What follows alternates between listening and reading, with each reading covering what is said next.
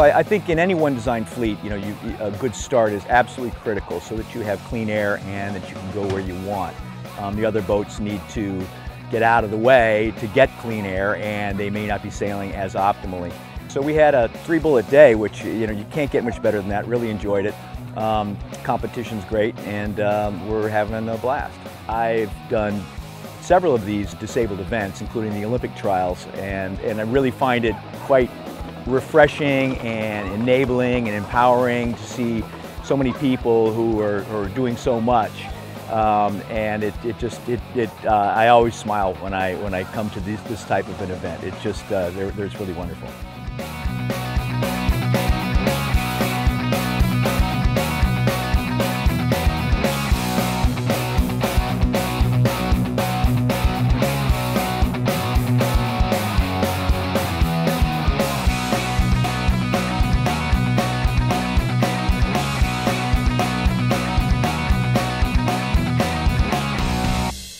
Yeah, so I'm sailing in Access Liberty, which is manufactured in Australia.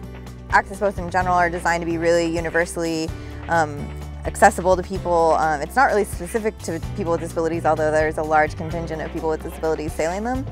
What is specific to people with disabilities is the servo-electric component of it, which allows me to drive the boat with my chin. So I'm doing sheeting and steering with my chin on a little joystick that's kind of fixed underneath my chin. So BAADS is the Bay Area Association of Disabled Sailors. I'm the commodore of BAADS. We're based in San Francisco and we sail every Saturday and Sunday. We have a keelboat program on Sunday and a dinghy program on Saturday. But we also do regattas, and we're here. We have, I think, 15 people here, including kind of people who came to support us. So some of our guys are competing in the Capri class, and then the rest of us are in the Access boats, both 303s and Liberties. So it's pretty cool. We have a very large contingent here.